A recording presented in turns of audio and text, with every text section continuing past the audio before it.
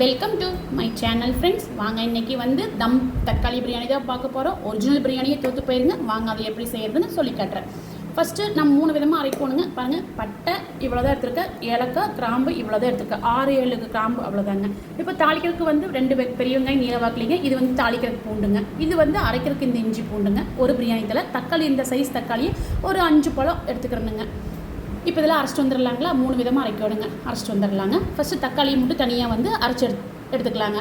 அடுத்தது இஞ்சி பூண்டை வந்து நல்லா நெவு அரைக்க வேண்டியது, கொஞ்சம் பரபரன்னு அரைச்சா போதும். அடுத்தது வந்து பிரியாணி மசாலாக்காக நம்ம அரைக்க போகிறோங்க. அதை பட்டை, ஏலக்காய், கிராம்பு இந்த 3ஐயும் போட்டு அரைச்சிக்கலாங்க. ஃபஸ்ட்டு அரைக்கிறதுல அரைச்சி வச்சிட்டோம்னா நம்ம செய்கிறது கொஞ்சம் ஈஸியாக இருக்குங்க. இதை வந்து நான் தூள் வந்து கொஞ்சம் நெவு நல்லா பொடியாக அரைச்சி வச்சுக்கோங்க. இப்போ நம்ம செய்ய போயிடலாங்களா? வாங்க. ஃபஸ்ட் அதுக்கு எண்ணெய் ஊற்றிக்கலாங்க. கடலை எண்ணெய் தான் நான் இங்கே யூஸ் பண்ணியிருக்கேன். எண்ணெய் காஞ்சதுக்கப்புறம் பிரியாணி தலையை பாருங்க 4 கிள்ளி நான் பிரியாணி தலையை போட்டுக்கிறேனுங்க. பிரியாணி தலை பொரிஞ்சதுக்கப்புறமா அந்த பூண்டுங்க ஒரு 5-6 பூண்டு வந்து முழுசாக அப்படியே போட்டுக்குங்க. ஏன்னா தக்காளி சாப்பாடோடு சாப்பிடும்போது கரைஞ்சி போயிடாதுங்க. இது அப்படியே தான் வரும். சூப்பராக இருக்குங்க, சாப்பிட்றதுக்கு ட்ரை பண்ணி பாருங்கள். இந்த பூண்டு வந்து கொஞ்சம் கலர் மாறுற வரைக்கும் வறுத்து விட்டுறலாங்க. அதுக்கப்புறம் பெரிய வெங்காயம் 2 வந்து சன்னமாக நீளமாக அரைஞ்சிட்டோம் இல்லைங்களா, அதையும் போட்டுக்கலாங்க.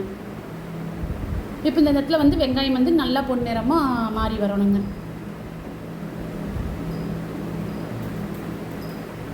பாருங்கள், இந்த அளவுக்கு ஓரளவுக்கு வெந்துக்கிடுது. கலர்லாம் மாறிடுச்சு பார்த்தீங்களா?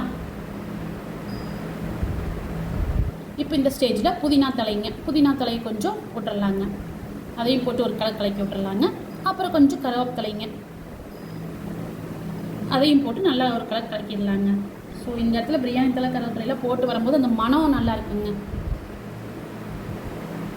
இப்போ இஞ்சி பூண்டு பாருங்கள், இவ்வளோ தான் நம்ம எடுத்துருக்குறோம். 1 டம்ளருக்கு இன்றைக்கி நான் சொல்கிறதுங்க அளவு வந்து 1 டம்ளர் இருக்குங்க. அந்த டம்ளர் எவ்வளோங்கிறது நான் காட்டுறேன்.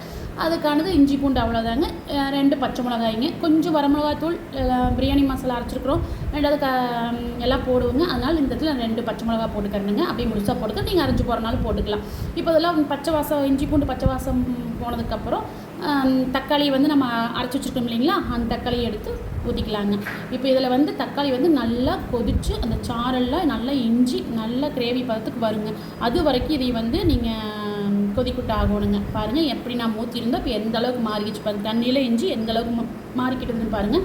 இன்னுமே வந்து எண்ணெய் பிரிஞ்சு வரலைங்க. இன்னும் கொஞ்சம் நேரம் விடுவோம் எண்ணெய் பிரிஞ்சு வர்றதுக்கு. அந்த எண்ணெய் பிரிஞ்சு வர்றதையும் நான் காட்டுறேன் பாருங்கள். பார்த்தீங்களா, இப்போ எண்ணெய் பிரிஞ்சு வருதுங்களா? இந்த ஸ்டேஜ் பக்குவம் கரெக்டான பக்குவங்க.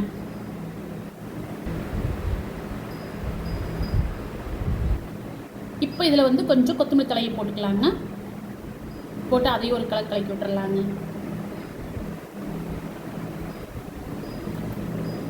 இப்போ இந்த குழம்பு சாப்பாட்டுக்கு தேவையான நம்ம உப்பு சேர்த்திக்கலாங்க.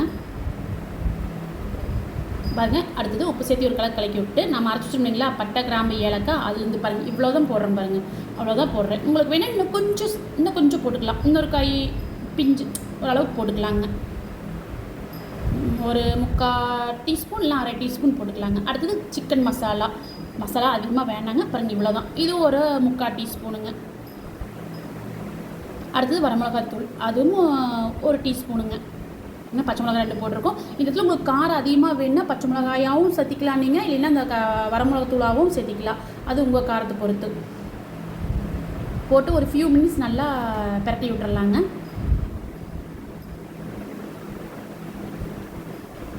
பாருங்கள், நான் வந்து இந்த படியில் தான் வந்து 1 டம்ளர் நான் அரிசி ஊற வச்சுருக்கிறேனுங்க. ஸோ அதனால் அதுக்கு வந்து நான் வந்து 4 டம்ளர் தண்ணி ஊற்றுவணுங்க. நீங்கள் உங்கள் சாப்பாடுக்கு எப்படி யூஸ் பண்ணுவீங்களோ அந்த மாதிரி தண்ணி ஊற்றிக்குங்க.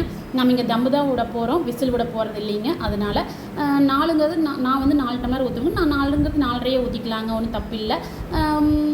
நான் வந்து இன்றைக்கி நார்மல் அரிசி தான் எடுத்துருக்கிறேங்க, பொன்னி அரிசி தான் எடுத்துருக்கிறேன். இதுக்கு வந்து நீங்கள் பிரியாணி அரிசியும் எடுக்கலாம், சீரக சம்பாவும் எடுக்கலாம், பாஸ்மதி ரைஸும் எடுக்கலாம். எல்லா அரிசியும் நீங்கள் ட்ரை பண்ணலாங்க. சூப்பராக இருக்குங்க. எல்லாமே ஒரே மாதிரி தான் வரும்.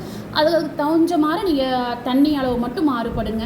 இன்றைக்கி வந்து நம்ம நார்மல் பொன்னி அரிசி தானுங்க, 1 டம்ளர் எடுத்துருக்கோங்க. நான் வந்து 4 டம்ளர் தண்ணி ஊற்றிக்கிறேனுங்க. இப்போ பாருங்கள், அது நல்லா கொதிக்க விடலாம்.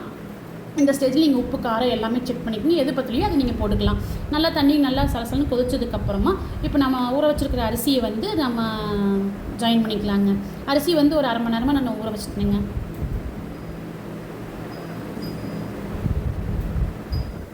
இப்போ அரிசி எல்லாமே போட்டு ஒரு கலக்கி விட்டுங்க. நீங்கள் இந்த ஸ்டேஜில் எல்லாமே செக் பண்ணிக்கலாம். எது பத்தலினாலும் அதை போட்டுக்கலாம். உப்போ காரமோ எது பத்தலினாலும் நீங்கள் அதை போட்டுக்கலாங்க. இப்போ அரிசி வந்து நல்லா இஞ்சி வரட்டுங்க. விசில் விடுற மாதிரி நீங்கள் இருந்ததுன்னா நீங்கள் இப்படியே மூடி போட்டு நீங்கள் விசில் விட்டுக்கலாம். நாம் இன்றைக்கி வந்து தம் தான் பண்ணுறேங்க. பாருங்கள், இந்த அளவுக்கு பாருங்கள். சாப்பாடு வந்து அரிசி வந்து இஞ்சிக்கிட்டு பாருங்கள், நல்லா கொதிச்சு அந்த நான் ஊற்றுன தண்ணியும் அரிசியும் இஞ்சிக்கிட்டுங்களா. இந்த ஸ்டேஜில் நீங்கள் மூடி போட்டுக்கலாம். வேணாம் அப்படின்னா இன்றைக்கி தம் பண்ணுறதுனால வருங்க ஒரு இலையை எடுத்து அதை மூடி வச்சுக்கலாங்க. மூடி வச்சுட்டு அடுப்பு வந்து இந்த இடத்துல வந்து கண்டிப்பாக சிம்மில் இருக்கணுங்க. அடுப்பு வந்து சிம்மில் வச்சுருங்க. இப்போ அதுக்கான தட்டத்தை போட்டு மூடிங்க. ஒரு வெயிட்டை வந்து மேலே வச்சிடலாம். ஒரு 10 நிமிஷம் வந்து அடுப்பு வந்து அடுப்புலையே இப்படியே இருக்கட்டுங்க. 10 நிமிஷத்துக்கு நீங்கள் எந்த டிஸ்டர்பும் பண்ண வேண்டாம். 10 நிமிஷம் அதுக்கப்புறம் ஆஃப் பண்ணிவிட்டு இறக்கி ஒரு 10 நிமிஷம் விட்டுருங்க. அதுக்கப்புறம் நீங்கள் எடுக்கும்போது இறக்கி வச்சுட்டும் ஒரு 10 நிமிஷம் விட்டுருங்க. அது புழுங்கி வெந்து வரட்டும். அதுக்கப்புறமா வந்து நீங்கள் எடுத்து ஓப்பன் பண்ணும்போது அந்த இலையை அக்கடை எடுத்துகிட்டு ஓப்பன் பண்ணும்போது இப்படி உடச்சி விட்றாதீங்க. இதுக்கு மேலே கொஞ்சம் நெய்யை ஊற்றிக்கலாங்க. லைட்டாக ஊற்றிங்க. உங்களுக்கு எந்தளவுக்கு நெய் வேணுமோ. பிடிக்கலைன்னா இது நீங்கள் ஸ்கிப் பண்ணிடலாம். மேலே ஊற்றினீங்கன்னா நல்லா இருக்குங்க. கொஞ்சம் லைட்டாக இந்த நெய்யை ஊற்றிட்டு இப்போ வந்து அதை கலக்கி விட்டுறலாங்க. உங்களுக்கு சாப்பாடு அரிசியாக கொஞ்சம் வேணும் அப்படின்னா, விதையாக கொஞ்சம் வேணும்னா அது கொஞ்சமாக தண்ணி ஊற்றிக்கலாம். இன்னும் கொஞ்சம் குழைவாக வேணும் அப்படின்னா இன்னும் கொஞ்சம் தண்ணி சேர்த்து ஊற்றுனீங்கன்னா கொஞ்சம் குழைவாக வந்துக்குங்க. பாருங்கள் எப்படி ரெடி ஆகிடுச்சு பார்த்தீங்களா தக்காளி பிரியாணி. வாங்க சாப்பிட்லாம் ஃப்ரெண்ட்ஸ். அவ்வளோ சூப்பராக இருந்ததுங்க. பிரியாணியெல்லாம் தோற்று போயிடும், அந்த பக்கம் நிற்கணுங்க, அந்தளவுக்கு இருந்ததுங்க. ஓகே ஃப்ரெண்ட்ஸ், செஞ்சு பார்த்து சொல்கிறீங்க. ஓகே ஃப்ரெண்ட்ஸ், இந்த வீடியோ பிடிச்சிருந்தால் லைக் பண்ணுங்கள், ஷேர் பண்ணுங்கள், கமெண்ட் பண்ணுங்கள், மறக்காமல் சப்ஸ்கிரைப் பண்ணுங்கள். நெக்ஸ்ட் வீடியோவில் பார்க்கலாம். பாய்.